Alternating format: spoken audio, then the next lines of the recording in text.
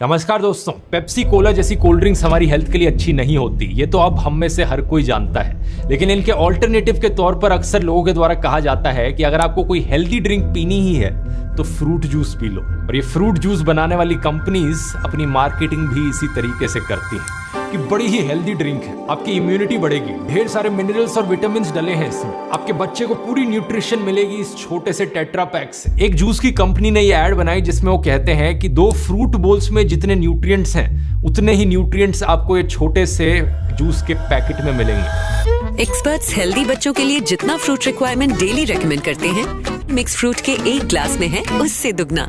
Specially बच्चों की तरफ जबरदस्त मार्केटिंग करी जाती है इन फ्रूट जूस कंपनीज के द्वारा। तो कैसा लगेगा सुनकर अगर मैं आपसे कहूं दोस्तों, ये पैकेज्ड फ्रूट जूसेस कुछ मायनों में आपकी हेल्थ के लिए उतने ही हानिकारक हैं जितनी ये कोला जैसी सॉफ्ट ड्रिंक्स। आइए आज के वीडियो में इनको गहराई से समझते हैं। 100% pure Florida quality orange juice. 100% pure orange juice. When doctors say Minute Maid orange juice is better for your health.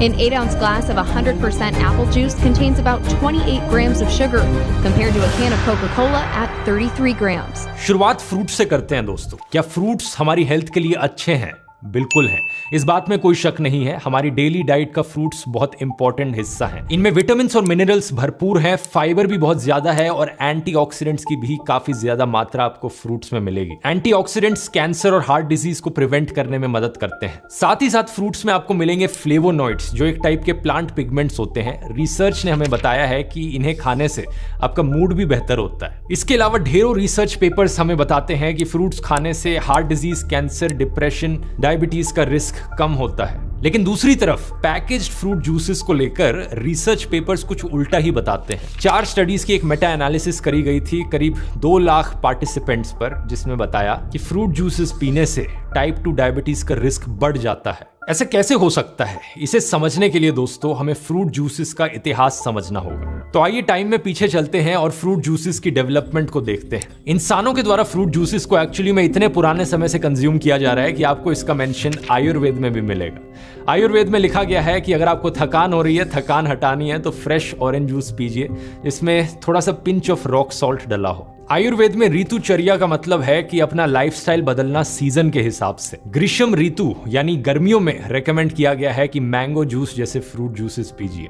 Similar fruit juices के मेंशन आपको बाइबल की ओल्ड टेस्टामेंट में भी मिल जाएंगे। अंगूर का जूस यानी ग्रेप जूस को अगर ज्यादा देर तक रखा जाए तो वो फर्मेंट हो जाता है और वाइन में बदल जाता है। ओल्ड टेस्टामेंट में हमें दोनों वाइन और ग्रेप जूस के बारे में सेपरेटली सुनने को मिलता है। चैप्टर 6 वर्स 2 और 3 भगवान प्रॉफिट मोसेस को कहते हैं, अगर प्रॉफिट इजराइल की ट्राइब्स में से कोई आदमी या औरत एक नेज़िराइट वो लेना चाहता है, यानी कुछ समय तक खुद को भगवान को डेडिकेट कर देना चाहता है, तो उसे वाइन नहीं पीनी चाहिए। इनफैक्ट कोई भी फर्मेंटेड ड्रिंक नहीं पीनी चाहिए। वाइन से बना हुआ विनेगर बंद, ग्रेप्स का जूस बंद और ग्रेप्स और किशमिश भी नहीं खाने चाहिए। वाइन, विनेगर और अंगूर का जूस, इन तीनों चीजों के लिए अलग अलग हिब्रू शब्दों का प्रयोग किया गया है, याइन, शोमेत्स और मिश्रो। जॉर्डन के देश के पास जो डेड सी है वहां कुछ पुराने एंशिएंट मैन्यूस्क्रिप्ट्स पाए गए थे हिब्रू भाषा में लिखे हुए। डेटिंग करी इनकी तो पता चला ये 150 बीसी में लिखे गए थे और इनमें अनार के जूस का मेंशन किया हुआ है। इंटरेस्टिंग चीज ये है दोस्तों कि फ्रूट जूस का इतिहास आइसक्रीम के इतिहास से काफी मिलता जुलता है। कई आर्कियोलॉजिकल एविडेंस हमें मिला है कि चाइना, ईरान, रोम, ग्रीस, इजिप्ट के लोग पुराने जमानों में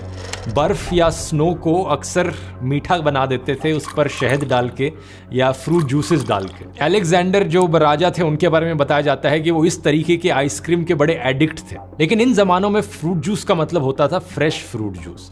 अब अगर हम टाइम में फास्ट फॉरवर्ड करें तो 1750 के अराउंड हमें पहला केस देखने को मिलता है जहां पर फ्रूट जूस को प्रिजर्व किया जाने लगा। इस जमाने में दोस्तों जो इंग्लिश सेलर्स होते थे, जो जहाजों पर निकलते थे अपनी लंबी वॉयजेस करने के लिए, उन सेलर्स में पाया गया था कि स्कर्वी नाम की एक बीमारी बड़ी कॉमन होती थी। स्कर्वी एक्चुअली में विटामिन सी की डेफिशिएंसी की वजह से होता है। विटामिन सी का आविष्कार होने में अभी भी 180 साल बाकी थे, लेकिन डॉक्टर जेम्स लिंड के एक्सपेरिमेंट्स ने पता लगाया कि ये जो स्कर्वी की बीमारी है इससे बचा जा सकता है संतरे और नींबू खाकर। तो इंग्लैंड की जो रॉयल नेवी थी उन्होंने मैंडेटरी किया कि जो सेलर्स जहाज में जा रहे हैं उन्हें लाइम जूस और लेमन जूस दिया जाए। लेकिन प्रॉब्लम ये थी कि इस जूस को प्रिजर्व करके कैसे रखा जाए, ये खराब हो जाएगा ये महीनों लंबे सफर में। किसी ने नोटिस किया कि इस फ्रूट जूस को प्रिजर्व किया जा सकता है अगर इसमें रम, पानी और चीनी मिला दी जाए तो। और ये जो कॉम्बिनेशन है दोस्तों, फ्रूट जूस, रम, पानी और चीनी का, ये एक पॉपुलर कॉकटेल है जो कि आज के दिन भी आपको पीने को मिलेगी, जिसका नाम है डाइकिरी। बाद में साल 1867 में एक बंदा था लोकलान रोज नाम से, इसने रियलाइज किया कि एक्चुअली में प्रिजर्व करने के लिए फ्रूट जूस को रम और पानी की जरूरत नहीं, सिर्फ चीनी भी वो काम कर सकती है। यहाँ पर आविष्कार हुआ दोस्तों दुनिया के पहले कमर्शियल फ्रूट कॉन्सेंट्रेट का। फ्रूट जूस को प्रिजर्व किया जा रहा है उसमें चीनी ऐड करके। यहीं पर पहला ब्रांडेड बॉटल्ड जूस भी बेचा जाने लगा। लोकलान रोज ने अपनी फैक्ट्री बनाई और इन जहाजों में जाने वाले सेलर्स के लिए अपना रोज लाइम जूस बनाया। इसे बॉटल में डाल के बड़े ही आकर्षित तरीके से लेबल किया जाता था कि सेलर्स के लिए ये दवाई की तरह है। इसी समय के अराउंड एक और आदमी थे अमेरिका में, थॉमस वेल्च नाम से, जो कि चर्च में एक प्रीचर थे। अब अनलाइक मुस्लिम्स, क्रिश्चियंस और जूस के लिए वाइन पीना गलत नहीं माना जाता। इनफैक्ट ब्रेड और वाइन तो इनके रिचुअल का भी हिस्सा है। लेकिन थॉमस वेल्च ने एक ऑल्टरनेटिव मूवमेंट की शुरुआत करी। क्रिश्चियंस में इन्होंने कहा कि हमें अल्कोहल नहीं पीनी चाहिए। अल्कोहल पीना वैसे भी हेल्थ के लिए काफी हानिकारक होता है। एक लेटेस्ट रिसर्च अभी आई थी जिसने बताया था कि थोड़ी सी मात्रा भी अल्कोहल की हेल्थ के लिए बेनिफिशियल नहीं होती। कई सारी बीमारियों से इसे लिंक किया जाता है। यहां तक कि ऐसी भी रिसर्च है जो कहती है कि अल्कोहल से हेयर लॉस की प्रॉब्लम भी लिंक्ड हो सकती है। अब हेयर लॉस, बालों का झड़ना, अपने आप में एक ऐसी चीज है जैसे कुछ कंपनीज के द्वारा एक्सप्लॉइट किया जाता है शैम्पूज और बाकी हेयर प्रोडक्ट्स बेचने के लिए। लेकिन एक शैम्पू तो सिर्फ बाहर से काम करता है। हेयर लॉस यूजुअली इंटरनल होता है और 7 स्टेजेस में होता है। अगर आप स्टेजेस 1 और 4 के बीच में है तो अपनी हेयर लाइन को सही ट्रीटमेंट और लाइफस्टाइल चेंजेस की मदद से बचा सकते हैं। लेकिन स्टेज 5 या उससे आगे बढ़ गए तो ऐसी ट्रीटमेंट्स भी मदद नहीं करेंगे। फिर बस हेयर ट्रांसप्लांट ही किया जा सकता है, जो कि एक काफी रिस्की, इन्वेजिव और महंगा प्रोसेस होता है। तो ये काफी इंपॉर्टेंट है। अगर आप अर्ली स्टेजेस में हैं तो आप जल्दी से जल्दी एक्शन लें। आपको पहले एक प्रॉपर डायग्नोसिस की जरूरत है, उसके बाद कंप्लीट ट्रीटमेंट की। और इसी कंप्लीट ट्रीटमेंट में ट्राया आपकी मदद कर सकता है। ट्राया एक हेयर टेस्ट के जरिए आपके हेयर लॉस को पहले समझेगा, उसके बाद एक डॉक्टर प्रिस्क्राइब्ड कस्टमाइज्ड प्लान देगा। ट्राया ने इसी होलिस्टिक अप्रोच के चलते करीब 2.5 लाख लोगों को 5 महीने के अंदर अंदर हेयर ग्रोथ रिजल्ट्स दिखाए हैं और इनका दावा है कि इनकी ट्रीटमेंट का सक्सेस रेट 93% है। अगर आपको ट्राई आउट करना है, सिर्फ 3 आसान स्टेप्स हैं। traya.health पर जाकर पहले अपना एक फ्री हेयर टेस्ट कीजिए, दूसरा अपनी 1 मंथ कस्टमाइज्ड किट खरीदिए और तीसरा दिए गए फ्री डाइट प्लान और पर्सनल हेयर कोच की मदद से रिजल्ट्स देखिए। यूज करने के लिए आप मेरा कूपन कोड DR20 इस्तेमाल कर सकते हैं। आपको अपने परचेज पर 20% ऑफ मिलेगा।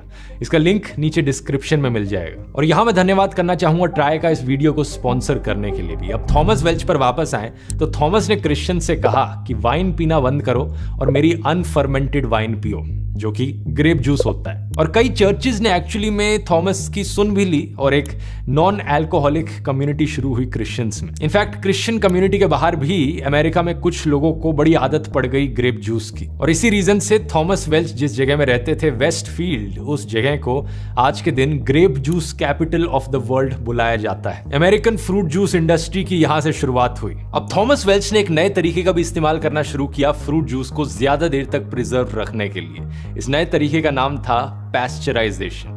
आपने स्कूल में भी पढ़ा होगा ये, हम दूध को भी पैस्चराइज करते हैं। इसका बेसिकली मतलब होता है हीट का इस्तेमाल करना बैक्टीरियाज और वायरसेस को मारने के लिए। ग्रेप जूस के बाद ऑरेंज जूस को भी पैस्चराइज किया जाने लगा। जो लोग संतरों को उगाने लग रहे थे उन्होंने देखा कि अगर हम बहुत ज्यादा सप्लाई प्रोड्यूस कर रहे हैं और कहीं स्टोर करने की जगह नहीं है संतरों को, तो क्यों ना हम उन संतरों का जूस बनाएं और उसे पैस्चराइज कर लें ताकि जूस को बहुत लंबे समय तक स्टोर करके रखा जा सके। इस समय पर जो पैकेज फ्रूट जूसेस का बिजनेस था वो फ्रेश फ्रूट जूसेस के बिजनेस से ज्यादा अच्छा चल रहा था। लेकिन फिर हमारी कहानी में एक ऐसा इन्वेंशन होता है जो फ्रेश फ्रूट जूसेस को बढ़ावा देता है। Raw foods advocate Norman walker पहले जूसर का इन्वेंशन करते हैं। पहली बार एक बड़ी मशीन बनाई जाती है जो फ्रूट्स और वेजिटेबल्स को पहले ग्रेट करेगी, फिर उन्हें निचोड़ेगी और नीचे से निकलेगा फ्रेश फ्रूट जूस। ये समय था अर्ली 1900s। नॉर्मन कैलिफोर्निया जाते हैं और अपना खुद का एक जूस बार स्टार्ट करते हैं। अपनी पूरी जिंदगी ये बिताते हैं रॉ फ्रेश फूड्स और फ्रेश जूसेस को प्रमोट करने में।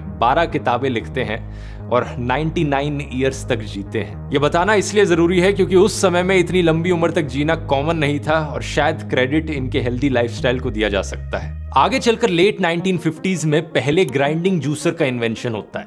इसे चैंपियन जूसर कहा जाता है। इसके बाद फिर आते हैं सेंट्रीफ्यूगल जूसर्स। इन आविष्कारों के बाद जो फ्रूट जूस निकालने वाली मशीन्स थी वो और कॉम्पैक्ट, कन्वीनियंट और छोटी बन जाती हैं, जिसका मतलब ये कि लोग अपने घरों में ये मशीन्स खरीद के रख सकते हैं। यहाँ पर कोल्ड प्रेस जूसर्स और सेंट्रीफ्यूगल जूसर्स के बारे में अक्सर एक डिबेट रहती है कि सेंट्रीफ्यूगल जूसर्स उतना अच्छा जूस नहीं निकालते, क्योंकि हीट और ऑक्सीडेशन की वजह से जो एंजाइम्स और न्यूट्रिएंट्स होते हैं फ्रूट्स में वो और कम हो जाते हैं। लेकिन इस चीज का कोई भी साइंटिफिक एविडेंस एग्जिस्ट नहीं करता, क्योंकि सेंट्रीफ्यूगल जूसर्स में भी जो टेम्परेचर है वो कोई इतना ज्यादा हाई नहीं होता। और जो रिसर्च करी गई है उनसे हमें यही पता लगता है कि न्यूट्रिशनली ऑलमोस्ट सिमिलर है जूस जो कोल्ड प्रेस जूसर से निकलता है और जो सेंट्रीफ्यूगल जूसर से निकलता है, क्योंकि अल्टीमेटली दोनों जगह से फ्रेश फ्रूट जूस ही निकल रहा है। पैकेट जूसेस की कहानी में टर्निंग पॉइंट आता है साल 1963 में, जब एक स्वीडिश कंपनी टेट्रा पैक नाम से अपना टेट्रा ब्रिक पैकेट इंट्रोड्यूस करती है। सही सुना आपने दोस्तों, इस कंपनी का नाम ही टेट्रा पैक था और आज के दिन हम इस टाइप के पैकेट को टेट्रा पैक नाम से ही जानते हैं। दुनिया भर में ये इतना पॉपुलर है टेट्रा पैक। इस कंपनी के मालिक थे एक Swedish industrialist Ruben Rausing. Fruit juices का इतिहास हमेशा के लिए बदल जाता है इसके बाद से। अब ना सिर्फ महीनों तक स्टोर करना पॉसिबल है फ्रूट जूसेस को, बल्कि बहुत दूर दूर तक इसे ट्रांसपोर्ट भी किया जा सकता है और इतने कन्वीनियंट पैकेज में इसे बेचा भी जा सकता है जिससे लोग डायरेक्टली स्ट्रॉ लगाकर पी लें। इतना कन्वीनियंट, इतना सस्ता प्रोसेस कि आज के दिन तक हम टेट्रा पैक्स का इस्तेमाल कर रहे हैं। लेकिन आज इन टेट्रा पैक्स में किस तरीके का जूस मिलता है, आइए एक टिपिकल पॉपुलर जूस के ब्रांड को देखते हैं जो इंडिया में बिकता है। इसके पीछे इंग्रेडिएंट लिस्ट समझते हैं। ये एक मिक्स्ड फ्रूट जूस पैकेट है 180 ml का, जिसे एक बॉलीवुड हीरोइन प्रमोट कर रही थी। पहले न्यूट्रिशनल इन्फो देखते हैं। अलग अलग न्यूट्रिएंट्स यहाँ लिस्ट डाउन किए गए हैं। सेकंड कॉलम है यहाँ पर 100 ml का और तीसरा कॉलम है परसेंटेज ऑफ डेली रिक्वायरमेंट का, यानी टिपिकली जो इसमें सोडियम डला है 20 मिलीग्राम का, वो एक आम इंसान की 1.5% डेली रिक्वायरमेंट पूरी कर सकता है। कुछ भी नहीं है, कोई 50 पैकेट तो पिएगा नहीं इसके एक दिन के अंदर पूरी अपनी डेली रिक्वायरमेंट मीट करने के लिए। सेम चीज पोटेशियम, कैल्शियम और आयरन के साथ कही जा सकती है। 1.7%, 1.5%, सिर्फ 1%। यहाँ पर सिग्निफिकेंट अमाउंट में सिर्फ विटामिन सी डला है जो 75% रेकमेंडेड डेली अलाउंस मीट करता है। तो आपको सुनकर लगेगा कि चलो एक चीज तो अच्छी है कि कम से कम विटामिन सी की जो रिक्वायरमेंट है वो पूरी हो जाएगी इस जूस को पीने के बाद। बात बिल्कुल सही है, लेकिन चीज नोट करने वाली ये है दोस्तों कि विटामिन सी वैसे ही बहुत अबंडेंटली पाया जाता है नेचर में। अगर आपका बच्चा एक नींबू पानी का ग्लास पिएगा जिसमें एक नींबू का जूस डला हो, सारी रेकमेंडेड डेली अलाउंस पूरी हो जाएगी। वो नहीं पीना तो आधा संतरा काफी है पूरी डेली रिक्वायरमेंट मीट करने के लिए। और आमले का तो बहुत छोटा सा पीस, सिर्फ 1/10 ऑफ एक आमला सारी डेली अलाउंस पूरी कर सकता है। तो हाँ दोस्तों, हम उस 1700s के जमाने में नहीं जी रहे कि हम सब सेलर्स हो, जहाजों में बैठ के दूर दूर तक जाना हो, हमारी विटामिन सी की रिक्वायरमेंट पूरी ना हो पा रही और हमें स्कर्वी हो जाए। आज के जमाने में विटामिन सी की रिक्वायरमेंट पूरी करना सबसे आसान चीज है। सिर्फ इसके लिए इस टेट्रा पैक के जूस को पीने की जरूरत नहीं। तो एड्स में जो क्लेम किया जाता है कि ये फ्रूट जूसेस बच्चे के न्यूट्रिशन का ध्यान रखेंगे, ऐसा कुछ भी नहीं है। विटामिन सी के अलावा इनमें और कोई भी न्यूट्रिएंट सिग्निफिकेंट मात्रा में मौजूद नहीं है। अब पीछे इंग्रेडिएंट लिस्ट चेक करते हैं। सबसे पहली चीज यहाँ पर आपको दिखेगी पानी, वाटर, और इसके बाद लिखा गया है कॉन्सेंट्रेटेड फ्रूट जूस करीब 12%। भाई ये क्या जुमला हुआ?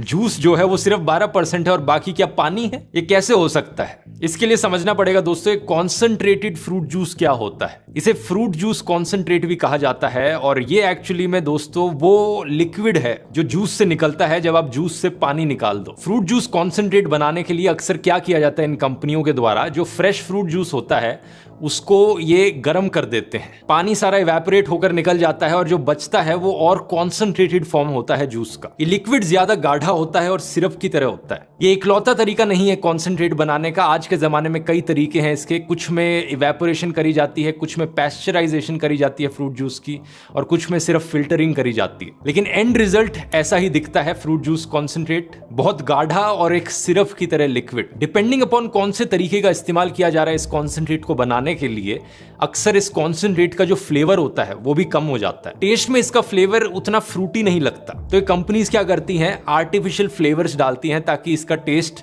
वापस फ्रूट जैसा बने। और फिर इन फ्रूट जूस कॉन्सेंट्रेट्स को पानी के साथ मिक्स किया जाता है ये पैकेज्ड फ्रूट जूसेस बनाने के लिए। अब आप यहां पर पूछोगे भाई ये क्या मसला हुआ, पहले पानी को इवेपोरेट करके बाहर निकाला, कॉन्सेंट्रेट बनाया और फिर बाद में पानी के साथ मिक्स करके वापस से फ्रूट जूस बना दिया। ऐसा क्यों किया जा रहा है? ऐसा इसलिए किया जा रहा है दोस्तों क्योंकि इस कॉन्सेंट्रेट को ज्यादा देर तक स्टोर करके रखा जा सकता है। इतनी जल्दी खराब नहीं होता है जितनी जल्दी कोई फ्रेश फ्रूट जूस खराब हो जाता है। तो कंपनीज के लिए पैकेजिंग कॉस्ट बचती है, स्टोरेज कॉस्ट बचती है और ट्रांसपोर्टेशन कॉस्ट बचती है। लेकिन दूसरी तरफ इन कॉन्सेंट्रेट्स का नुकसान यह है कि ज्यादातर न्यूट्रिएंट्स भी खत्म हो जाते हैं। खुद ही सोचकर देखो, यहां पर आपने फ्रेश फ्रूट जूस निकाला, उसका कॉन्सेंट्रेट बनाया, उसे इवेपोरेट करके पैस्चराइज करके गर्म किया आपने फ्रेश फ्रूट जूस को, और फिर उसे महीनों तक आप रखना चाहो एक जगह पर, कहां से वो बात रहेगी। यही कारण है इस इंग्रेडिएंट लिस्ट में आप आगे देखोगे इन्होंने लास्ट में लिख रखा है फ्लेवर्स ऐड किए गए हैं, natural and nature identical flavouring substances. कुछ नेचुरल फ्लेवर्स ऐड किए गए हैं ताकि इसका टेस्ट वापस फ्रूट जूस जैसा हो, और कुछ नेचर आइडेंटिकल फ्लेवरिंग सब्सटेंसेस यानी कुछ ऐसे केमिकल्स जिनका टेस्ट नेचर में मौजूद सब्सटेंसेस से काफी सिमिलर हो। और फिर इतनी सारी प्रोसेसिंग करने के बाद अक्सर कलर भी लूज हो जाता है, जो जूस का एक्चुअल कलर होता है। ये कंपनीज चाहती हैं कि इनका कलर वैसा ही लगे जैसे फ्रेश फ्रूट जूसेस का लगता है, तो कलर्स भी ऐड किए जाते हैं। इस केस में INS 160A2 और 3 ये वाला कलर है बीटा कैरोटीन। इसके बाद बाकी इंग्रेडिएंट्स आपको मिल जाएंगे। एसिडिटी रेगुलेटर जो डाल रखा है INS 330, एंटीऑक्सीडेंट INS 300 जो कि सिट्रिक एसिड और एस्कॉर्बिक एसिड होता है, स्टेबलाइजर INS 440 जो कि पेक्टिन होता है, एक नेचुरल पॉलीसैकेराइड। अक्सर ये जो सिट्रिक एसिड ये दोबारा से डालते हैं ताकि जूस में थोड़ा और टेस्ट आए। और फिर आता है फाइनली हमारा सबसे खतरनाक इंग्रेडिएंट जो कि है शुगर। चीनी कितनी मौजूद है इसमें? 13.4 ग्राम्स पर 100 ml। शॉकिंग चीज पता है क्या है दोस्तों? अगर आपको मेरा कोल्ड ड्रिंक्स वाला वीडियो याद है, उस वीडियो के शुरू में ही मैंने बताया था ये जो कोल्ड ड्रिंक्स है इनमें कितनी चीनी डली होती। अगर आपको याद हो ये नंबर था 10 to 13 ग्राम्स पर 100 ml की रेंज में। यहाँ पर जो चीनी है वो ऑलमोस्ट सिमिलर है एक फ्रूट जूस में और सॉफ्ट ड्रिंक में। और यही सबसे बड़ा कारण है दोस्तों कि शुरू में जैसा मैंने आपको बताया था, डायबिटीज 2 का रिस्क बहुत ज्यादा बढ़ जाता है ऐसे पैकेज्ड फ्रूट जूस रेगुलरली पीने से। इसका ब्लेम सीधा इन कंपनीज पर जाता है क्योंकि यहाँ पर एडिड शुगर की मात्रा 13.4 में से 7.4 ग्राम्स पर 100 ml है। यानी ये एक्स्ट्रा शुगर है जो इन कंपनीज ने डाली है अपने पैकेट्स में। नेचुरली जो शुगर मौजूद है वो 13.4 माइनस 7.4 ग्राम्स। और जैसा मैंने आपको कोल्ड ड्रिंक्स वाले वीडियो में बताया था, अमेरिकन हार्ट एसोसिएशन बताता है कि हमारी बॉडी को कोई भी एडिड शुगर की जरूरत नहीं है। लेकिन फिर भी अगर आप इंसिस्ट करते हैं कि आप एडिड शुगर कंज्यूम करेंगे, तो उनका कहना है कि जो बच्चे हैं जिनकी उम्र 7 से 10 साल की है उनके लिए 24 ग्राम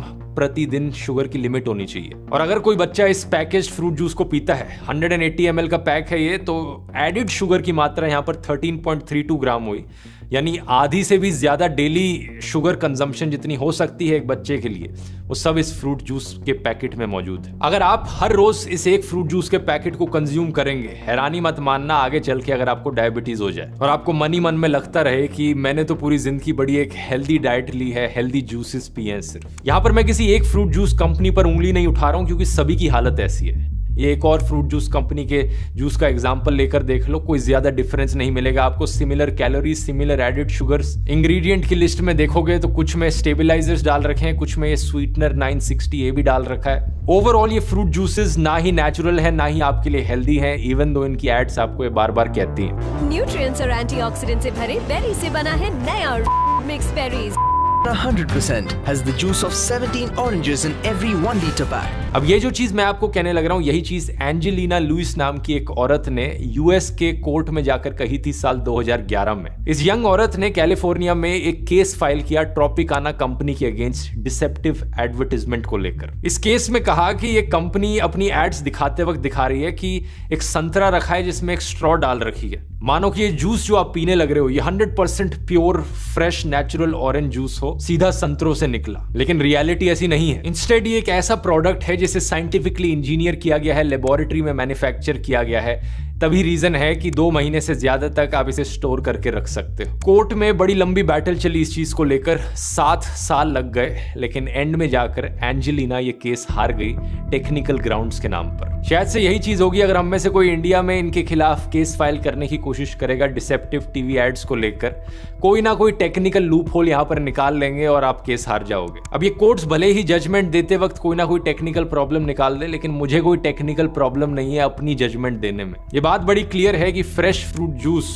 पैकेज फ्रूट जूस के कंपैरिजन में कहीं ज्यादा बेहतर है। इतना ज्यादा फर्क है इसमें कि पैकेज फ्रूट जूस को तो पीना भूल ही जाओ आप। स्पेशली बच्चों को तो ये बिल्कुल नहीं देना चाहिए क्योंकि शुगर की मात्रा इसमें इतनी ज्यादा है, ये बेसिकली सॉफ्ट ड्रिंक पीने जैसा ही है। अब फ्रेश फ्रूट जूसेस की अगर बात करी जाए तो यहाँ पर भी जजमेंट बड़ी क्लियर है। फ्रेश फ्रूट खाना फ्रेश फ्रूट जूस पीने से भी बेहतर है। आप पूछोगे ऐसा क्यों है? ऐसा इसलिए क्योंकि जूसिंग का जो प्रोसेस होता है उसमें जो फाइबर की मात्रा मौजूद होती है फ्रूट में वो बहुत घट जाती है। आपकी बॉडी को फाइबर की जरूरत होती है, वो फाइबर जो एक इंपॉर्टेंट न्यूट्रिएंट है वो आपको जूस में नहीं मिलेगा, सिर्फ फ्रूट में मिलेगा। दूसरा कारण है कि जूस जो है वो फ्लूइड है, फ्रूट सॉलिड है, तो जूस आपकी बॉडी के अंदर ज्यादा तेजी से अब्सॉर्ब होता है। तेजी से अब्सॉर्ब होने का मतलब है कि आपकी ब्लड शुगर में चेंजेस ज्यादा तेजी से आते हैं, इंसुलिन लेवल आपके ज्यादा तेजी से बदलते हैं। शॉर्ट टर्म में एक दो बारी के लिए कोई इतनी बेकार चीज नहीं है, लेकिन लॉन्ग टर्म में अगर बार बार ऐसा होता रहा, सालों भर ऐसा होता रहा, तो इससे ब्लड शुगर में प्रॉब्लम्स आ सकती है। इसे अवॉइड करने की एक बड़ी ही सिंपल टेक्निक है, जब भी आप फ्रेश फ्रूट जूस पिए कभी भी खाली पेट पर मत पीजिए। अब या तो खाना खाते हुए फ्रेश फ्रूट जूस को पीजिए या फिर खाना खाने के बाद भरे हुए पेट पर फ्रूट जूसेस को पीजिए। इससे जो आपके ब्लड शुगर लेवल्स में स्पाइक्स हैं वो नहीं आएंगे, क्योंकि जो खाना आप खा रहे हैं उसके साथ साथ धीरे धीरे ये फ्रूट जूस डाइजेस्ट होगा